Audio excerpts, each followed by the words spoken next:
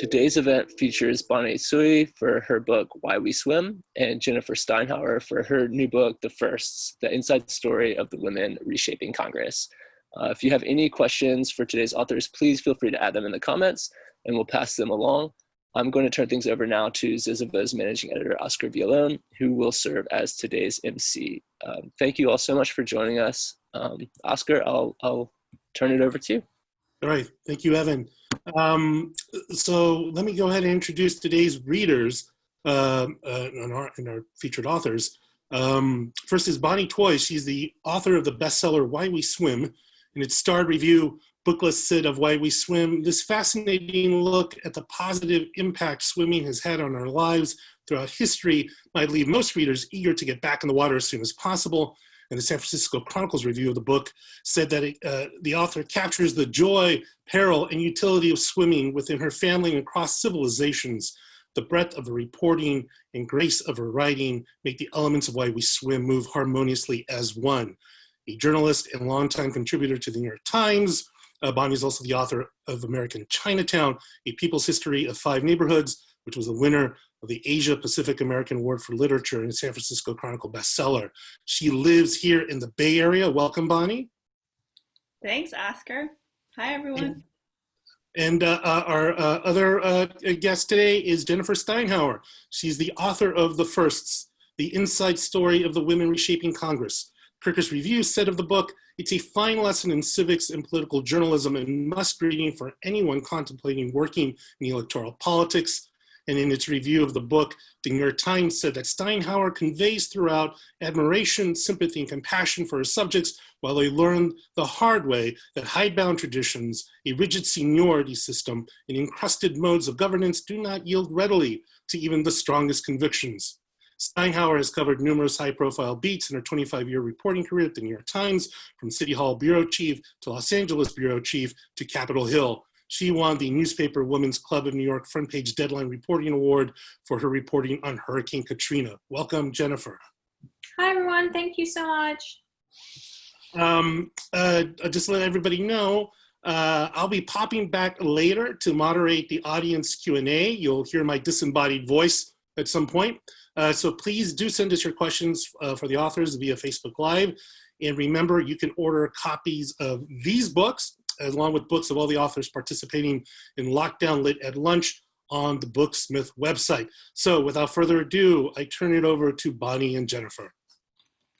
Thank you. First of all, thanks so much for Evan and Booksmith for having us. Thanks so much to Oscar and Ziziva for co-hosting. And thank you to our amazing fellow Lockdown Lit author group. Seriously, you guys are all our literary angels right now, and we're so lucky to be part of this community. I am so pleased to be talking about Why We Swim today with Jennifer Steinhauer, who I have admired for a really long time as a journalist. And so I'm really excited to be in conversation today with you, Jennifer. I wanted to start off by saying that what I loved about your book is the way that you bring these women to life. And you do something that I think is really hard, which is that you manage to animate what some people, quite frankly, would think of as the snooze-inducing stuff broadcast on C-SPAN. And you do it really well. I'm a C-SPAN fan. What can I say? Just a C-SPAN girl. But I think, I wanted to talk about just kind of start off talking a little bit about how you animate, and do it with vivid scenes in detail, and, whether it's on the road or what went on in the House and on the Senate chambers, the gossip, the backstabbing, everything revealed even more deeply by these interviews that you did with each of the characters in the book. And that, with the thoughts, you're able to kind of get into their heads with these interviews as the thought processes behind all of these things, these events that unfold. And I think that doing all of these, holding all of these things at once is just a really challenging thing to do, and also elucidating complicated things to a reader like myself, who is not, this is not my world. I don't natively understand the legislative branch. And so to kind of get into the personalities of these real people, I just love how you do that. Thank you.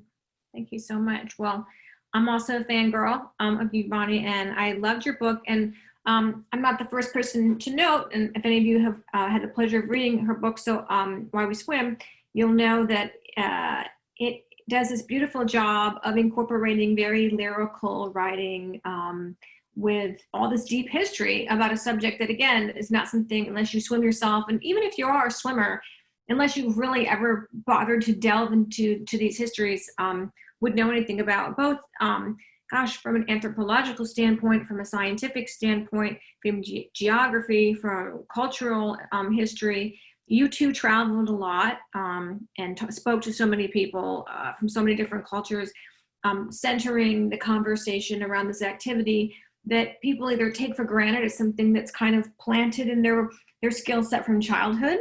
Maybe don't even remember acquiring the skill to swim if you learned at a young enough age, or maybe even have kind of like traumatic associations with learning to swim. Right. It can be that, right, when you learn at an older age, and elucidate its importance in all these cultures and these histories. And it was just very fascinating the way you went about that. And I'm really eager to talk to you about obviously how you came to decide to really fixate on this subject, but even the choices that you made in terms of your reporting, which is always interesting for journalists and nonfiction authors, right? Because at the end of the day, you have to make these choices, right, and to decide, in my case, who might be the most compelling narrative. In your case, what's going to be the most illuminating bit of history, or the best country to go to, to talk about these things. So I think that process is so interesting for people. You pick up a book and it's you go into someone's, you enter the journey when it's done and right along. You're not kind of there for the beginning, and that's the hardest part. So that's always so interesting. I too wanted to thank Booksmith so much for supporting Lockdown Lit, as well as it's so amazing to have these two partners with us and with these authors who have had the strange sort of surreal journey of coming out and trying to talk about books in a pandemic when everyone's minds are obviously in so many other places. So Bonnie, I think you were going to start today by doing a little bit of a reading from your book, and we were going to talk some more about some of these themes that we've kind of brought up in the beginning here. Is that right? Yeah, I'm going to read to you from the intro of the book, because I think it kind of sets up a sense of what I tried to do in the book, and to our earlier discussion, just of like making choices, right? Sort of how the structure of the book kind of fell into place, because as you so rightly noted, swimming is a really big topic. So the book is organized, it's called Why We Swim, but it's organized in 5 different thematic ways we can answer that question. So survival, well-being, community, competition, and flow. And so this is the first bit of the book called Survival. And there's an epigraph. An old map from when this place was first settled shows monsters everywhere once the shore gives out. Carl Phillips, swimming. One night over dinner, my husband tells me a story he heard about a boat in the North Atlantic and a man who should have drowned. Late on the evening of March 11, 1984, a fishing trawler was working on calm seas 3 miles east of the island of Heimaey, part of an archipelago off the south coast of Iceland. The sky was clear, the air a wintry 28 degrees Fahrenheit. There were 5 crew above the vessel. Goodlugger Fridthorsen, the boat's mate, was just 22 years old. He had taken a break and was asleep below deck when he was woken up by the cook, who told him that the trawling gear had snagged on the sea bottom. Soon after Fridthorsen arrived on deck, he saw that the crew were trying to winch up the gear. One of the trawl wires was taut over the side, pulling the boat over so far that the sea had begun to wash through the railings. Fridthorsen shouted a warning. The captain, Hjortur Jonsson, gave instructions to slacken the winch, but then it jammed. A swell ran under the boat, overturning it, and the sailors found themselves pitched into the freezing sea. 2 of the men drowned almost immediately, but the remaining three, including Fridthorsen, managed to grab hold of the boat's keel. The vessel quickly began to sink, and they could not release the emergency raft. In the 41-degree water, they would have less than half an hour before hypothermia claimed them. The three began to swim towards the shore. Within minutes, only two remained, Janssen and Fridthorsen. The two men called to one another as they swam to spur each other on. Then Janssen stopped responding. Fridthorsen, wearing blue work pants, a red flannel shirt, and a thin sweater, kept swimming, and he found himself talking to seagulls to stay awake. A boat came within 350 feet of him, and he shouted as loud as he could, but it sailed away. He swam backstroke, his eyes trained on the lighthouse at the southern end of the island. Eventually he heard the surf crashing on the coast. He prayed he would not get obliterated on the rocks. He found himself up against the base of a steep cliff, exhausted and terribly thirsty, unable to feel any of his extremities. With no way to climb up, he turned back to the sea, adjusted course, and swam farther south, where he came ashore and made his way slowly across a spiky, snow-covered lava field over a mile into town, stopping to punch through an inch-thick layer of ice on a sheep cistern to get a drink of water. When he finally arrived in town, it seemed to him a splendid dream vision of life. He knocked on the door of the first home he saw with lights on. He was barefoot and covered in frost. Behind him was a trail of bloody footprints on the sidewalk leading up to the house. This is a true story. In the end, Fridthorsen survived 6 hours in frigid seas and swam more than 3.5 miles to land. When he arrived at the hospital, doctors were unable to discern his pulse, and yet he showed no signs of hypothermia, only dehydration. Fridthorsen's body, it turns out, resembles a seal's. Researchers later determined that he was insulated by 14 millimeters of fat, 2 or 3 times the normal human thickness, and more solid. This man was more marine mammal than terrestrial. He had a biological quirk that saved him and kept him warm, buoyant, and able to keep swimming. Many called him a real-life selkie, that half-man, half-seal figure of Icelandic and Scottish lore. To me, he is a living reminder that we are not so far removed from the sea. As humans, we walk the earth. We are land creatures with an aquatic past. I'm drawn to stories like Fridthorsen's because I want to know what remains of that past today. In a way, all swimming stories, from the naiads of Greek myth to the long-distance swimmer Diana Naiad, who swam from Cuba to Florida in 2013, are attempts to reacquaint our land-adapted selves with water. We humans are not natural-born swimmers, but we have figured out ways to reclaim abilities that existed before that land-sea split in our evolution, hundreds of millions of years ago. Why do we swim, when evolution has shaped us to excel on land by running down prey until it drops from exhaustion? Of course it has to do with survival. Somewhere along the way, swimming helped us to get from one prehistoric lakeshore to another and escape predators of our own, to dive for that trove of bigger shellfish and get to new sources of food, to venture across oceans and settle new lands, to navigate all manner of aquatic perils and see swimming as a source of joy, pleasure, achievement, to arrive at this day to talk about why we swim.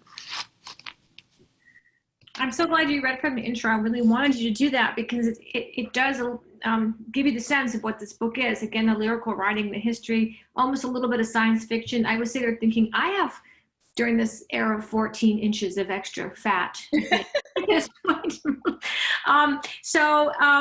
It's so evocative. I'm curious, when you talk about the different sections of the book, why you chose to arrange it that way, and also, of those different themes, which one do you personally most identify with?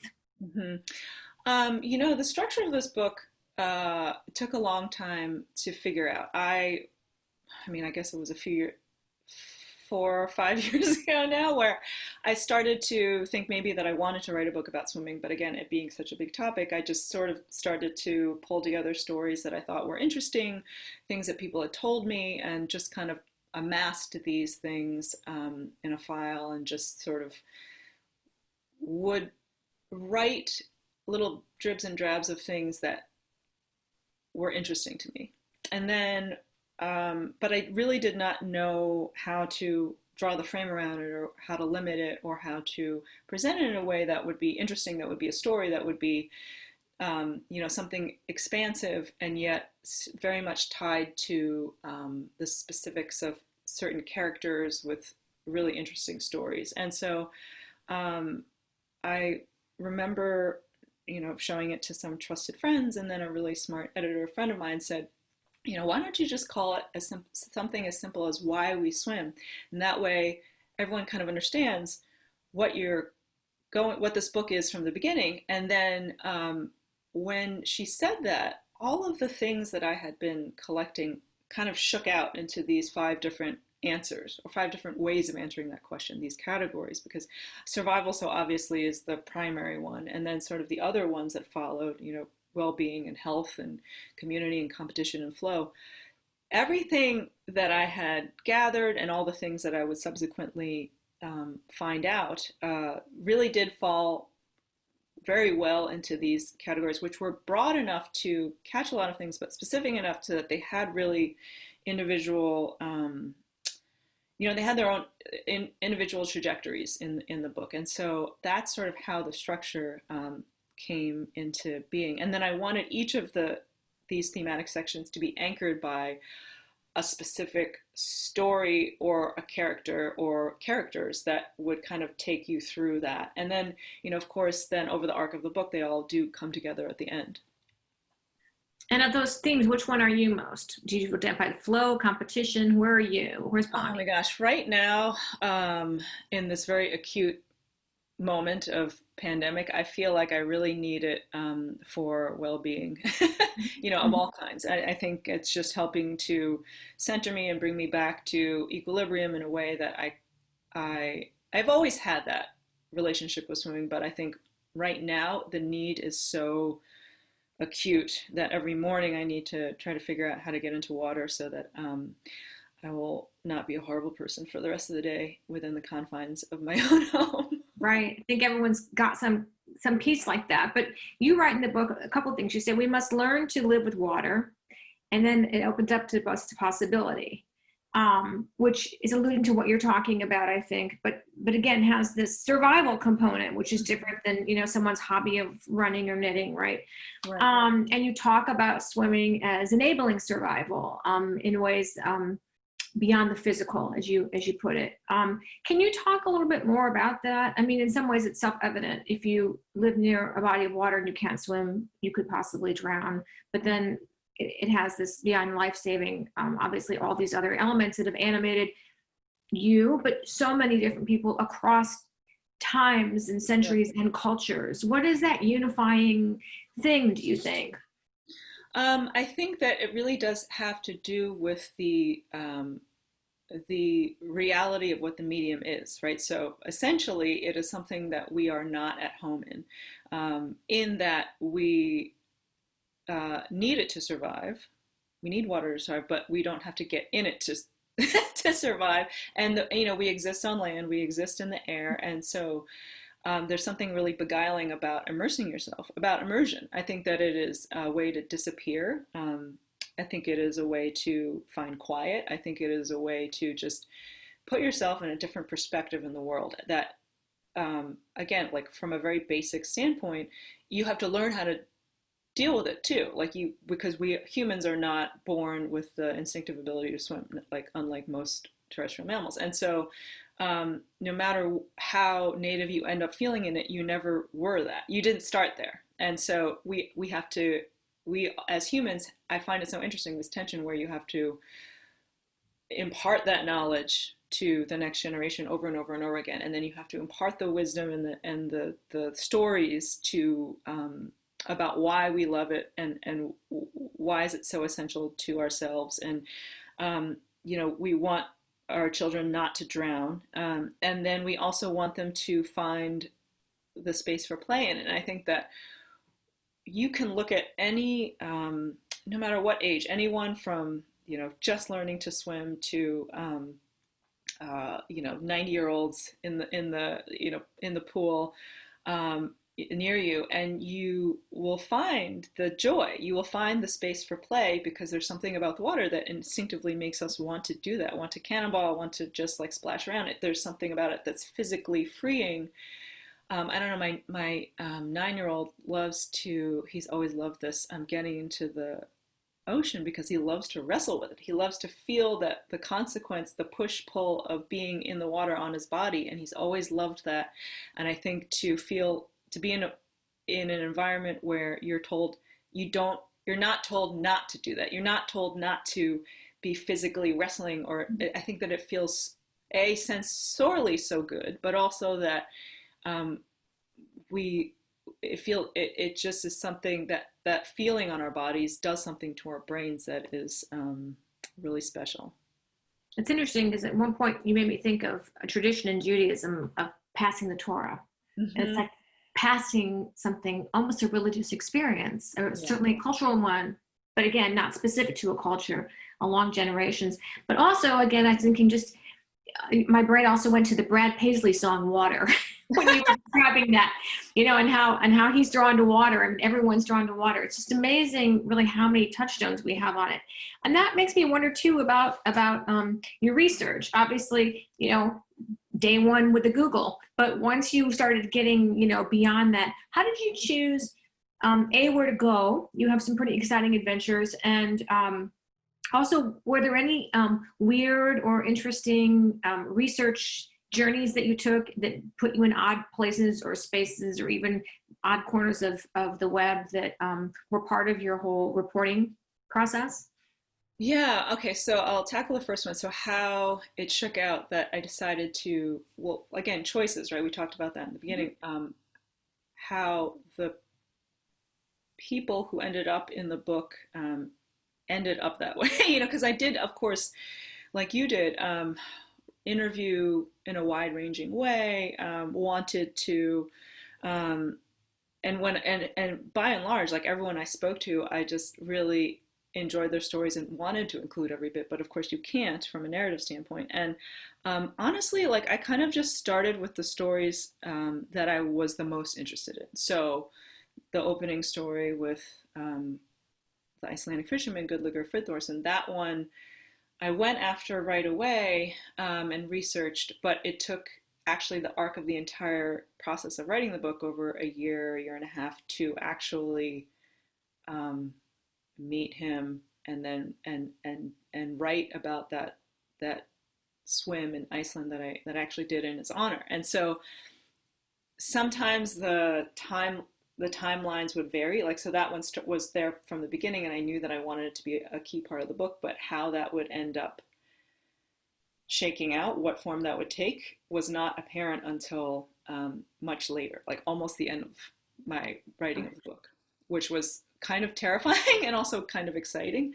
And then the other stories, I think you just always have to be reporting in parallel. All these stories are going at once, and you have to kind of, as one thread kind of calms down, you pick up the other one, and then you go do one bit of that story, and then you do some writing on this other one, and you make phone calls to kind of get momentum going on another one. And so I think over time you have all of these threads, and you try to braid them together as best you can to make a cohesive whole, I guess.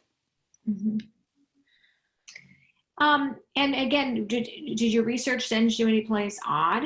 Were there places that you didn't either physically expect to be, or places in swimming internet that were just kind of crazy? There's a really great, you just reminded me of this really great old book called De Arte Natandi. So it's like the art of swimming. And it's written by a guy named Everard Digby, and I think I'm trying to remember what year it was, but it's this like crazy old book. It's one of the first books ever written on swimming. I think it was in, I'm not getting the, I can't remember the date, but it's a strange book because it talks about all of these different poses, and there are these drawings in it that I just I fell down a rabbit hole with this book because I wanted to include it. There are these little drawings of people like spinning in a creek. It's meant to be an instruction manual, but I actually, reading this book, I could not make heads or tails of like what I would actually do if I was reading this book as an instruction manual on swimming. And it's the first, one of the first treatises written in English on swimming. And it was just so intriguing to me to look at these pictures. I mean, you guys have to look it up. It's called, it's by Everard Digby. It's, if you look up The Art of Swimming or De Arte Natandi. And it's just a weird book. And I struggled to figure out a place to put this book in my book, but I couldn't. So one day I hope to write about it. But it's just it was a weird little rabbit hole that I fell into, and I would be in, like, I would, I went to UC Berkeley into the library to try to find a copy of this book, and was able to I wanted to look at the pages, and it was, again, like, you can tell that I'm just sort of still confused over what this book was trying to tell me, but I just loved going, traveling through time to kind of see what I found. And it was really fun to do that, and also heartbreaking to not be able to include all of it. Now, your book, again, is so beautifully written, reads like, in some ways a novel, but deep in history and showing your journalistic chops. Did you find yourself, in terms of what was inspiring you and what was influencing you, if you will, turning more to specific nonfiction or nonfiction writers, or more fiction writers, historical novelists, or contemporary literary novels? What was sort of inspiring your writing process, would you say? I was really inspired by Isabel Wilkerson's The Warmth of Other Suns. And I looked at Catherine Boo's book Behind the Beautiful Forevers. I just wanted to, understand how different journalists and historians and just writers of nonfiction were able to, again, like, I think you'll see that I have a preoccupation with this sort of animating scenes or moments where you may not have been present for, and make them feel as physical and sensory and real and vivid as if you were there, even if it was like from another time, even if it was from, again, like I was not there when Goodliger Fridthorson fell off his boat, but I wanted to kind of see how different writers were able to make that happen, able to make something come alive for the reader that is really, and that's really hard to do, I think. And that comes with, I think, like, really granular research, and I actually want to take this moment to pivot to talking about your book, because I wanted to know about how you did that. Like, I wanted to know about, again, like, bringing to life a scene where maybe you weren't there, but maybe you watched footage, maybe you talked to the people who were there, and just like looked at pictures. And I wanted to ask you about that, but first I want you to read from your passage that you said. Well, it is a good passage. It is a good passage to come out of that question, because the passage I was going to choose to read does in fact stem from an event that I was not at, that I watched 75 times. I knew all the players pretty well at this point before this event, and talked to them all afterwards. And this was last summer, when, as everyone probably remembers, there was the period of family separation at the border, the Trump administration's policies of separating migrant families who were coming in. And at that time, children were being kept in these horrific conditions at the border, and many members of Congress were going to the border to visit at that point, and reporting back and giving news conferences about what they had seen. And so one day, as part of that process, Alexandria Ocasio-Cortez from New York and Rashida Tlaib from Michigan, and Ayanna Pressley from Boston, who were all people who'd been elected in 2018, part of the first, each of them their first in their own way, went to the border to Veronica Escobar's district. Veronica Escobar represents the border of Texas, the area that actually was previously represented by Beto O'Rourke. And she's a very popular congresswoman. She was known, she had different elected positions down there. She wasn't a newcomer to politics. So she had a long time of history dealing with both Border Patrol, residents in the area, elected officials. She was a pretty seasoned person before she came to the House. So, and we had talked at length about this before and after the shock of what happened that day in Clint when these women came down to see it.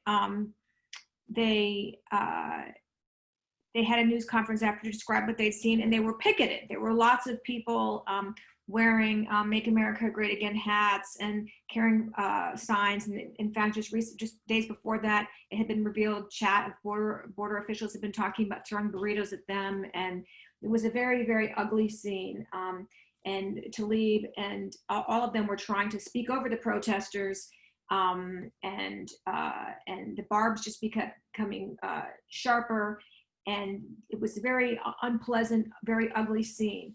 And the reason I wanted to read this, Bonnie and I discussed, what we will both read today, is because I think that in many ways, this very much presages the moment that we've come to, that we've sort of, in some ways, our focus right now is not on members of Congress. First of all, we don't see them. Congress isn't really actively in session. We don't know what they're doing because they're very busy in their own districts dealing with the COVID-19 fallout there. But that a lot of the groundwork has been laid by these women in Congress, again, foreshadowing both a lot of the themes of the 2020 race for the White House and the moment that we're in now, of course, never knowing that it could be the backdrop of the pandemic. So we're in Clint, Texas, and I talk about the scene. There, under the hot sun, was the story of the United States in 2019.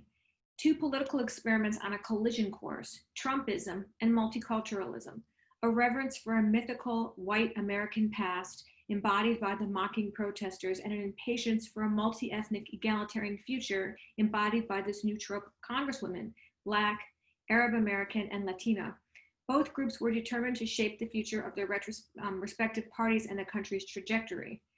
More than anything, the gap was generational, youth and color versus an aging, shrinking white majority that felt both disenfranchised by a contemporary and shifting nation, a nation that, as their t-shirts proclaimed, was full, and emboldened by the Trump presidency to express a racism that many Americans had believed was outmoded after 8 years of a Black president.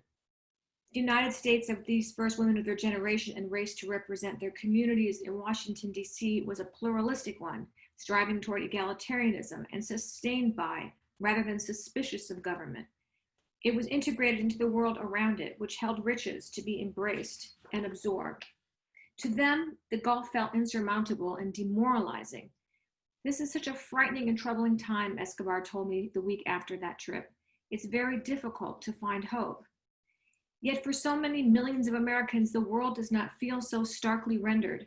Many people outside the Beltway and political Twitter live lives defined by prosaic decisions: mow the lawn or watch Netflix, brave the traffic or use public transportation, pay medical bills or buy groceries, yoga or Orange Theory, onion rings or French fries. Their dealings with members of Congress are rare and generally to be avoided, as such an interaction would likely signal a problem with their Social Security check or a shakedown for a campaign contribution. The left and the right have taken turns over generations shouting, "Where's the outrage?" and demanding that someone return their country to them. But we are all the sum product of a nation that has been both taken from us and renewed. Just as 20 years before President Obama's election, his presidency would have been unimaginable, 5 years before Trump's presidency was even more so. Both of these eras resulted from the collective choices of US citizens, however divided and driven in part by the whimsical choice of a narrow swath of voters who chose to show up on election day. But the scene in Clint, Texas made the choice feel more stark, not one between political parties or theories or philosophies, but rather the core of our nation's identity. And that's a year ago. Yeah. So, when I was reading, kind of reading through this book and thinking like this, I found myself, I kept doing math in my head to figure out what year it was. And right. I could not believe that it was last year. Yeah. So I started, so Betsy Glickett Algonquin was very excited after the 2018 election and called me up because she knew that I had written a lot about Congress over the years and said that she thought a book about these women would be really great, the firsts. And so I immediately dove into it during their freshman orientation in Washington, which was before they were seated in Congress, sworn in obviously January of 2019. And I spent basically that whole year with them. It's funny, at the time, I didn't expect to include impeachment in the book because it didn't seem like that was ever going to happen. And only when that did, I had already turned the book in, and only when impeachment did happen did I add that chapter, and it wasn't even concluded by the book's deadline. But that's about where things end. What I found so exciting about the book, and I think what the passage that you just read really underscores this, is getting the very real sense that these congresswomen could represent and speak for, their lived experiences as people in a place, in Congress, in the chambers of Congress, which has long been the echo chamber for old white men. Right. Like I feel like in this particular chapter, and I wish there was time for you to read all of the lead up to the passage that you read, because the immediacy, just the emotional power of these women being able to speak, these Congress women being able to speak as parents of young children, as people of color, elevating concerns about the treatment of migrants at the border, the immediacy that hadn't been seen before, right? That was really palpable to me. And I wondered about how you sought to make that clear in the way you wrote about it. Like, how did you, it seems to me that was a preoccupation of yours to kind of talk about, to kind of draw, connect the dots for people of who these women were, but also like how their very presence in Congress, like physically, was a huge deal, and how they were able to talk about their constituents. Yeah, well, I thank you for that question, because I kind of wondered as I started the book, women are not even yet 25% of Congress. And yet this is a record year, that year 2018, for women in Congress. And so the question was, is even hitting that kind of pathetic milestone going to make a big difference? Because adding women over the years obviously has changed the atmosphere and even the rules and the physical nature of Congress. And of course, these women had progenitors in the 70s in particular, when a lot of women started getting elected to Congress on their own, not filling their dead husband's seats, but really running on their own, running against the backdrop of the Vietnam War, the move for the Equal Rights Amendment, and all those kinds of things. But the other question was the one you raised, which is what happens when you have the first Muslim women, the first Native American women, many people being the first person of color from their district ever, the first woman, in some case like Lauren Underwood from the Chicago suburbs. She was the youngest, the first female, the first person of color in a 98% white district. So what would that matter? Both of those things, what would they do to impact the institution? And I kind of came to the conclusion, as I say in the book, that the diversity certainly ended up being more so, I think, both in terms of the types of legislation they pursued, the types of issues they chose to elucidate, the way they ran. I remember Ayanna Pressley telling me that there was a letter writing campaign from men in prison to motivate people who may not have ever voted in her congressional district to vote. That was just basically unheard of, right? Certainly. And I think about Sharice Davids, who's one of the two Native American women who won, and how just incredibly impactful that was on that community. And I asked her once, do you feel sort of a burden, by knowing that people have expectations of you the first? And she said, when I really think about it, of course I do, but I have just as many people who come through my office and say, hey, I'm in community college. You went to community college.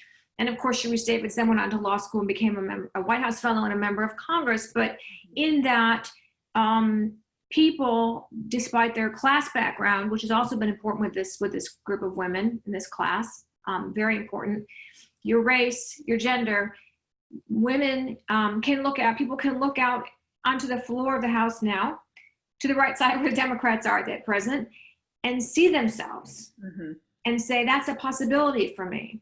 And that sounds very Hallmark card, and that's very lovely, but it's actually extremely impactful. It inspires people to run. It makes people feel represented. It makes people feel they have a voice in government. It helps restore people's faith and trust in government and our institutions, which is extremely lacking right now and has motivated other people to run.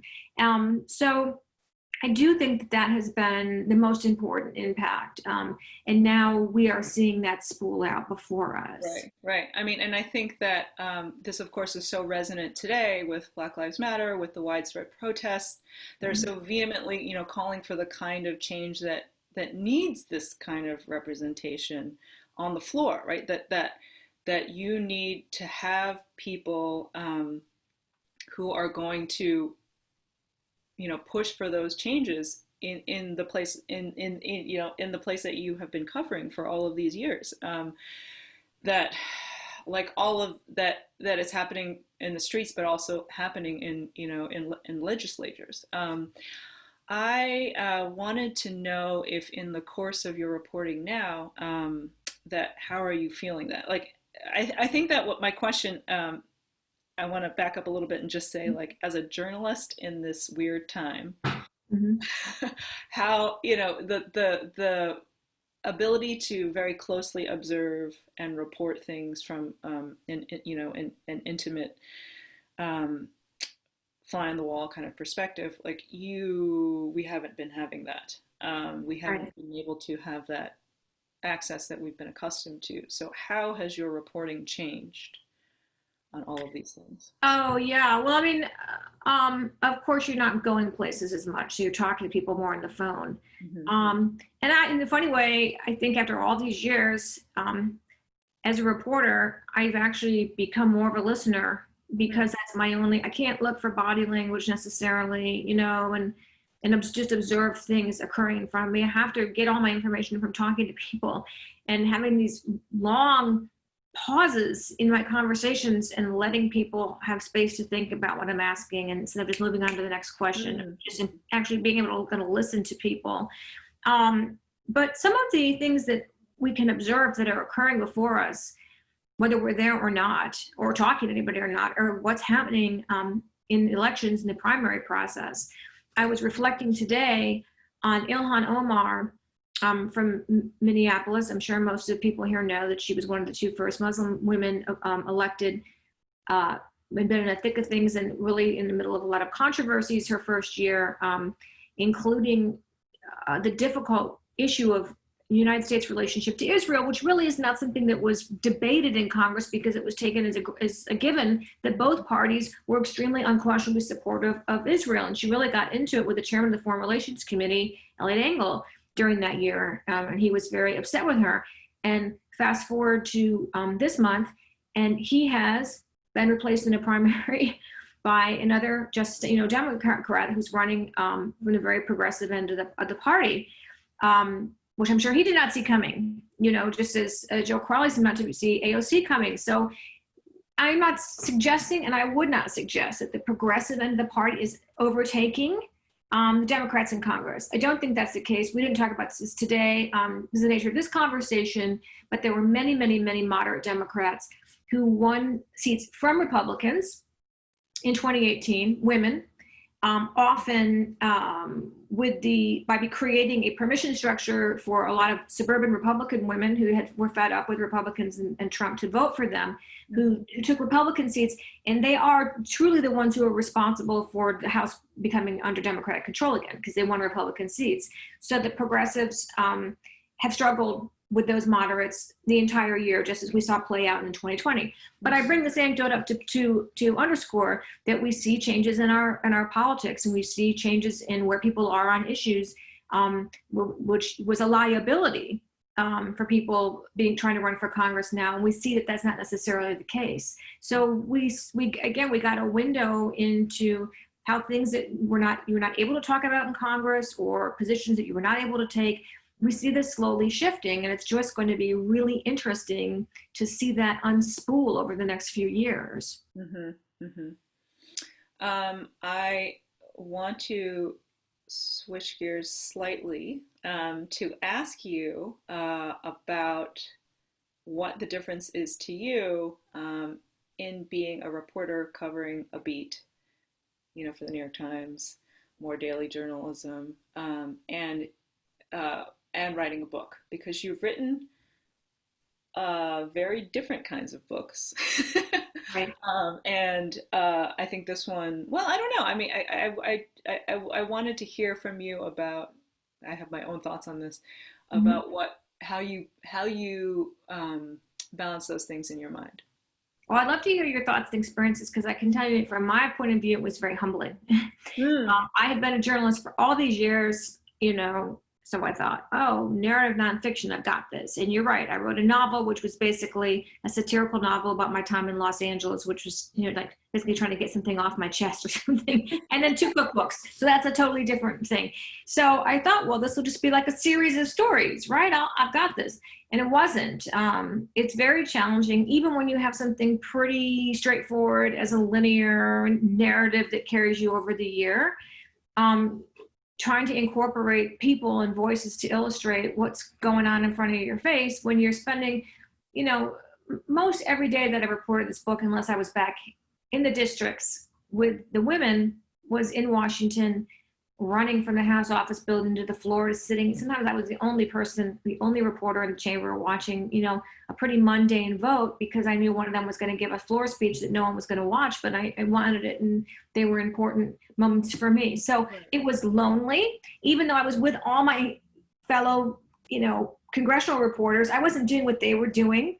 So it was sort of like they're all doing a cool thing, and I'm over here playing jacks by myself, So, book writing is lonely anyway. It was hard, and I would say I really struggled. And then once I found my rhythm, I had this memory really strong. I was sitting in a last summer in a Phil's Coffee in DuPont Circle here in Washington, and their air conditioner was broken, which, if anyone's been to Washington in summer, sitting for 7 hours in a coffee shop with no air conditioning is challenging.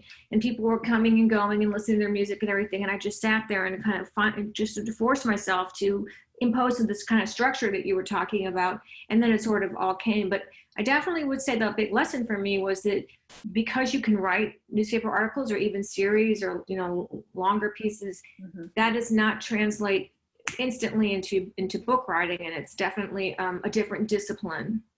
I don't know if that was your experience. Yeah. I found, because normally I am writing newspaper and magazine stories, and so there's like a sort of either short or middle length thing that I am working on. And with a book, I found it very challenging at times to hold both the sort of like micro, finely observed moments in my head that I just watched or that I just witnessed, or like a scene that I wanted. And then to hold that at the same time, I was trying to hold the entire umbrella of the book and see where that was going to go, and what that moment or scene would then say about the whole thematic arc of the book. How it would support that. I think was sometimes really hard, and I found that getting up really, really early, like 5 a.m. to sit with it, was a good solution for me to have the more clear-headed thinking of like, working on a scene, working on something that I maybe just reported, and how to incorporate that into, because I found myself rereading what I had written, I would reread, like just this constant cycle of trying to reread what I had written, to remember what I'd written, to see where this new piece would fit in. And I found that, sometimes really maddening. Yeah, it's not an easy process. Well, I don't know if any of our wonderful listeners have any questions for us that Oscar will tell us, but before we go to that, I'm not going to let you off the hook, Bonnie, because I had to ask you about this casual mention you have in your book about swimming from Alcatraz. Can you please tell us that story? Sure. I have a friend who's a big open water enthusiast. This was years ago, and he said, I've done this swim for Alcatraz, and I thought I do not really call myself an open water swimmer at all, but he said, this is really such an iconic swim to do that. And of course it is. It has such mystery and mythology around it, and also it's you stand in San Francisco and you can see it from so many points of living here, and to actually swim from there, because some days it seems so far away and sometimes it seems so close. And I'm sure it was like that for the inmates. And I remember one of the most moving, profound moments of a nighttime tour I took at Alcatraz once was that on New Year's Eve, the inmates would be in their cells and they could hear like the parties, the women laughing from the rooftops in San Francisco, just like drifting across the water, the music, and that it was torture because it's like it's so tantalizing. It's right there, but they can't have it, and they won't ever have that. And so there's just something so about that far away, so close thing that I wanted to experience from the water. It's really cold. The currents are crazy. You could see container ships, coming upon you in a second. There's a bunch of seaweed. Sometimes you think that there's sharks. It's very exhilarating. And I would say that it is if you ever want to do one open water swim, it's like actually pretty manageable. I mean, it's about, I think it's about a mile. Is it about a mile? Something like that. But it's, it could be over in 45 minutes or it could be over in like 3 hours, depending on what the tides are doing in the currents. So it's really amazing. Wow. All right. I do have questions. Hey, Oscar, bring it. All right. Well, let's pick up the thread here since we're just talking about swimming with Bonnie. Matt asks, many swimmers begin in the quote-unquote competition category of why we swim. As they age and can no longer get personal best times, they sometimes drift away from the sport. It seems one of the other 4 categories you mentioned could entice them back. Any specific advice for former competitive swimmers who can't let go of past competition with themselves or others? Well, you really could join a master's team. They're great at putting the carrot in front of you again. I kept swimming. I figured out how to swim as a non-competitive swimmer after college, and so I think that I learned slowly to like cast off that the what I had always learned, which the rules of just like swimming with a swim team is that you have a coach. This person tells you what to do. You're competing against the clock. You're competing against your fellow swimmers, and that is, you're right, it's a very specific way of swimming. But I think that if you still are motivated by that, joining a master's team is such a great way to do it. For all of you who don't know, master swimming is basically like the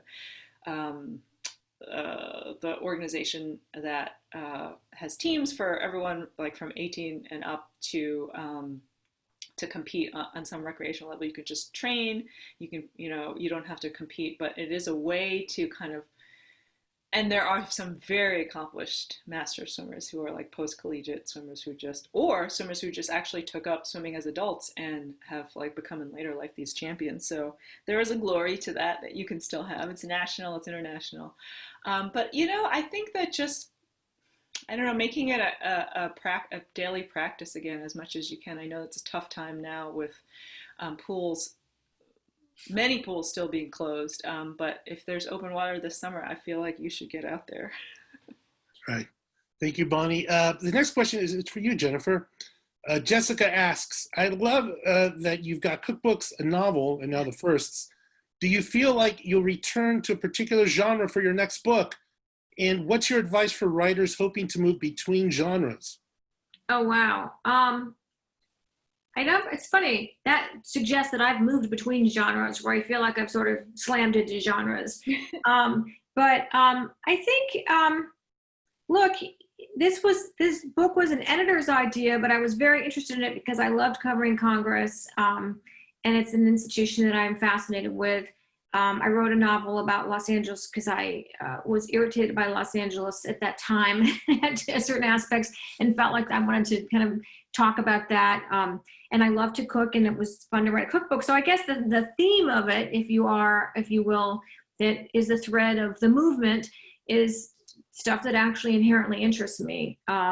So I think if you're following your interests, and I don't necessarily mean your hobby, although it could be, but you're something that truly fascinates and engages you long enough to sit with it for a year or two, is what it usually takes from start to finish for a book.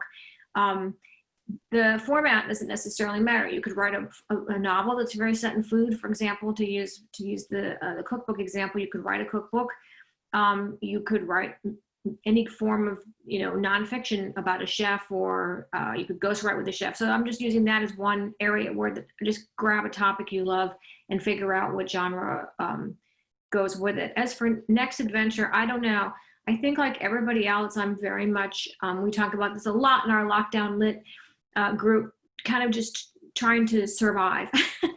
I think that's my goal.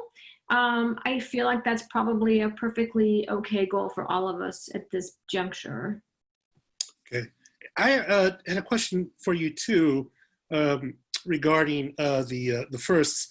I was wondering, what is the relationship among Ocasio-Cortez, Presley Omar, with representatives such as Maxine Waters and Barbara Lee? I mean, in many ways, I think they embody and have championed many of those same causes that they all ran on. I was wondering, do they have some sort of relationship along the lines of mentor to mentee or anything like that? Oh yeah, they do. It's funny. It's interesting that you asked that. I was waiting for that sentence to end Nancy Pelosi, because that's what most people ask me. It's very interesting that you asked me about these other women. And they are definitely both mentors to them politically, but also trying to figure out stuff that matters on the Hill, which committees to try to get on, how you manage those committees, how you manage your time. But definitely all of them, I think, would cite Maxine Waters as someone that they look up to and admire, just as the other person that probably comes up as much as Shirley Chisholm, fighting Shirley from the 1970s. Those are the two names I tend to hear the most. So they definitely do look to those women. And all the chairmen that have gavels too, I think have been really taken these women under their wing and tried to, for the most part, help them a lot. Yeah, because I was thinking on that. It must be. I wonder how gratifying it must be for people like Lee and Waters to see sort of the, if you will, the seeds that were planted in terms of how they viewed what it means to be an American, what it means to champion progressive causes, take flower in this generation of young women.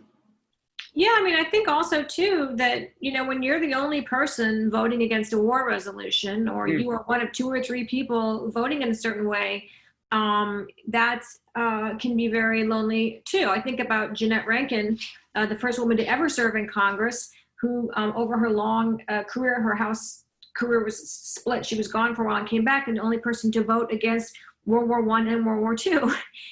The first vote was, she had a lot of company. Second vote, she had no company, and she was chased into the cloakroom and had to hide in a phone booth. So, when pacifism was not a hot topic at that point, but she stuck to that the rest of her career. So I think, listen, everybody needs community and for someone to have their back, especially in a professional setting.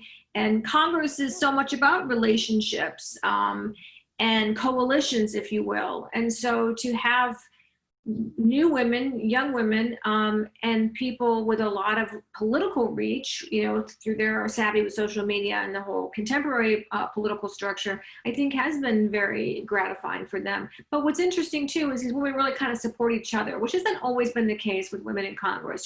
Sometimes there's been some competition and some backstabbing and stuff. And these women are all, by and large, really for each other, is from what I can observe. All right. Well, it looks like we've hit the hour. So I want to thank you, Bonnie, and thank you, Jennifer. And I'm going to turn it over now there he is, to Evan Karp. Thanks, Oscar. Thank you, Bonnie and Jennifer. Your readings were both lovely, and this has been a great conversation. Thank you for joining us, and congratulations on your books. Thanks to all of you who are watching at home. Please continue to be safe and stay well, and join us for our next Lockdown Lit next Tuesday. You can find all of our events at booksmith.com, and the books Why We Swim and the Firsts, order from Booksmith. We'll send them straight to your door. Thanks again for joining us, and take care. Hope to see you guys all in person sometime soon. Thanks, Booksmith. Lockdown Lit. Thank you.